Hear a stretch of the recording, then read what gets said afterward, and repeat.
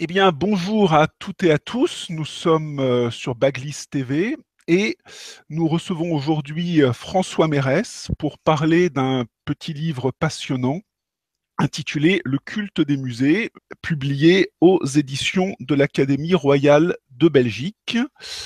Alors, François Mérès, bonjour. Bonjour.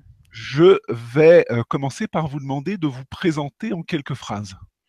En quelques phrases, j'ai dirigé un musée entre 2002 et 2010 et puis donc j'ai dirigé ce musée en Belgique et puis j'ai changé de métier pour devenir enseignant. Donc je suis professeur des universités à la Sorbonne Nouvelle, donc à Paris 3 et donc depuis lors j'habite à Paris. Merci. Donc, on va commencer par s'arrêter un instant sur le titre de votre ouvrage, Le culte des musées, Mmh.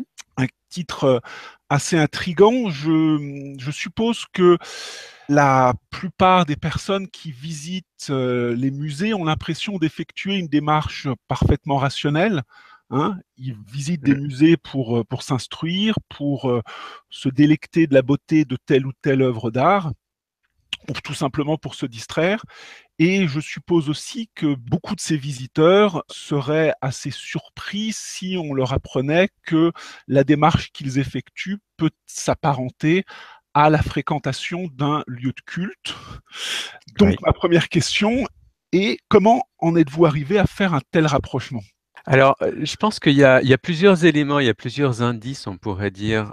J'avais été assez impressionné par, les résultats d'une enquête qui est assez ancienne, qui date de 1971, dans les, milieux, ouvriers liégeois, donc, en Belgique et qui témoignait et la phrase a été plusieurs fois rapportée, qui témoignait d'une femme qui était entrée dans un musée qui cherchait le bénitier et très clairement, effectivement, il y avait quelque chose d'assez curieux par rapport à cette logique-là.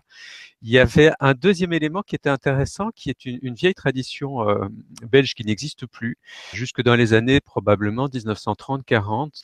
Après la première communion, la famille venait avec l'enfant au musée. Et ou bien après le culte, je me souviens qu'un certain nombre de personnes de ma famille, tous les dimanches, après la messe, pouvaient aller au musée. Et donc il y avait ce lien d'une certaine manière qui était assez proche. Et puis il y a un certain nombre d'autres éléments qui m'avaient interpellé, notamment un article de Wallach et Duncan qui est paru dans les années aussi 70, qui s'appelait le Musée d'art moderne donc de New York comme dernier rite du capitalisme tardif. Et il y avait l'aspect évidemment rituel qui entrait en ligne de compte.